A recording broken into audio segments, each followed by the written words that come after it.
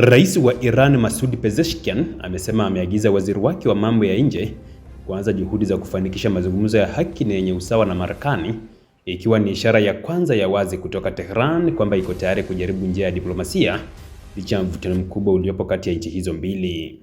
Kauli hiyo imekuja wakati Iran bado inakabiliwa na shinikizo la kimataifa kufuatia ukandamizaji mkali wa maandamano ya kitaifa yaliyozuka mwezi uliopita, hali iliyochochea wasiwasi mkubwa kutoka mataifa ya Magharibi. Tangazo hilo pia linaashiria mabadiliko ya msimamo kwa Rais Pezeshkian, ambaye kwa wiki kadhaa alikuwa akiwaambia raia wa Iran kuwa hali ya kisiasa na kiusalama ilikuwa imepita uwezo wake wa kudhibiti. Hatua hiyo inaonekana pia kupata baraka kutoka kwa kiongozi mkuu wa Iran Ayatollah Ali Khamenei, ambaye awali alikuwa akipinga vikali mazungumzo na Marekani. Msaada huo wa kisiasa kutoka kwa kiongozi mkuu unaipa serikali ya Pezeshkian nafasi ya kujaribu kufungua ukurasa mpya wa mawasiliano na Washington.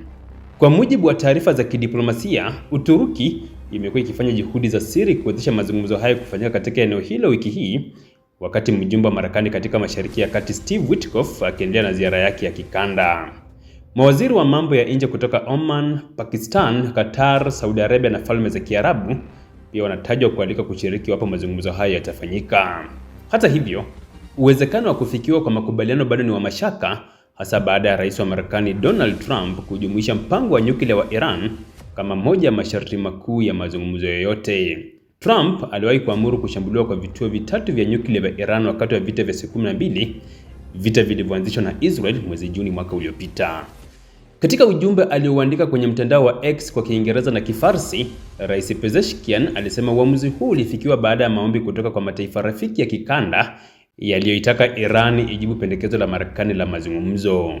Alisisitiza kuwa mazungumzo hayo yatawezekana tu ikiwa mazingira yatakuwa huru dhidi ya vitisho na masharti yasiyo ya msingi na yataongozwa na misingi ya heshima, busara na maslahi ya taifa. Marekani bado haijathibitisha rasmi kuwa mazungumzo hayo yatafanyika. Hata hivyo, ripoti za awali kutoka vyombo vya habari vya Iran zilidai kuwa agizo la rais kwa waziri wa mambo ya nje Abbas Araghchi ilikuwa tayari limetolewa, ingawa taarifa hiyo iliondolewa baadaye bila maelezo. Akizungumza katika mahojiano yaliyorushwa na kituo cha Al Mayadin, mshauri wa usalama wa Ayatollah Khamenei Ali Shamkhani alisema endapo mazungumzo yataanza, yatafanyika kwa njia ya mawasiliano yasiyo ya moja kwa moja kabla ya kugeukia mazungumzo ya moja kwa moja iwapo makubaliano yataonekana yanawezekana. Alibainisha kuwa mazungumzo haya yatajikita tu kwenye masuala ya nyuklia, akisisitiza kuwa Iran haitokubali kusitisha kabisa urutubishaji wake wa uranium.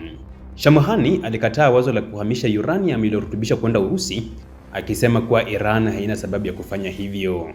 Alisisitiza kuwa Iran haitafuti silaha za nyuklia na haitofanya hivyo, lakini akaongeza kuwa upande wa pili lazima utoe dhamana na gharama kwa makubaliano yote yatakayofanikiwa. Kwa sasa, Iran imekuwa ikirutubisha uranium hadi 60%, hatua inayokaribia viwango vya silaha za nyuklia, hali iliyozua wasiwasi mkubwa kwa shirika la kimataifa la nishati ya atomiki IAEA. Iran imekuwa ikikataa maombi ya shirika hilo la kukagua maeneo ya nyuklia yaliyoshambuliwa wakati wa vita vya mwezi Juni, ikidai hali ya usalama bado ni hatari.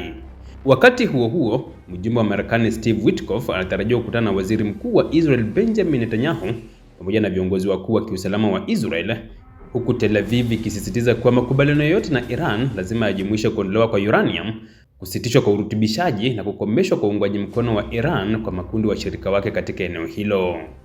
Rais Trump amesema angependa kuona makubaliano yakifikiwa kwa njia ya mazungumzo, lakini akaonya kuwa endapo diplomasia itashindikana, matokeo mabaya yanaweza kutokea.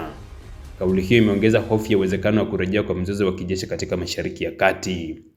Kwa ujumla, hatua ya Rais Pezeshkian inaashiria jaribio jipya la Iran kujinasua kutoka kwenye shinikizo la kisiasa na kiuchumi la kimataifa, lakini njia ya kuelekea makubaliano na Marekani bado imejaa vizingiti vikubwa vya kisiasa, kiusalama na kimaamuzi.